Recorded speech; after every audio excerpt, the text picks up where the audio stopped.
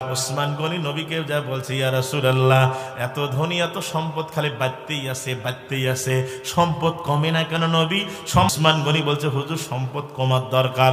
নবীজি বলছে, সম্পদ কমাইতে চাও, ওই যে উটের উপর চড়ে খানা খাও।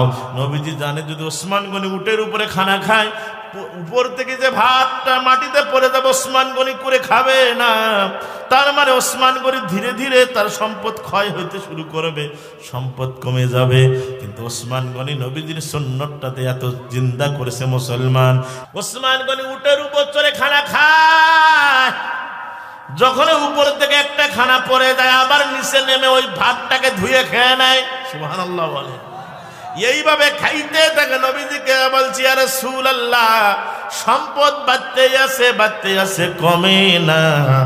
নবীজি বলছে, ওসমান আর কোনো আমল করো না কি? বলে, জি ইয়া রাসূলুল্লাহ, আমি যখন উটের উপর দস্তরখানা বেশি খানা খাই, মাঝে মাঝে কিছু খানা মাটিতে পড়ে যায়। কি মাটির পড়ানো খানাটা কি তুমি খাও? বলে, জি ইয়া রাসূলুল্লাহ, আমি ওই ভাতটা বরকতি ভাতটা ছেড়ে দেই না, যখন পড়ে যায় আবার উঠ থেকে নামার পরে ভাতটাকে আমি খেয়ে নেই।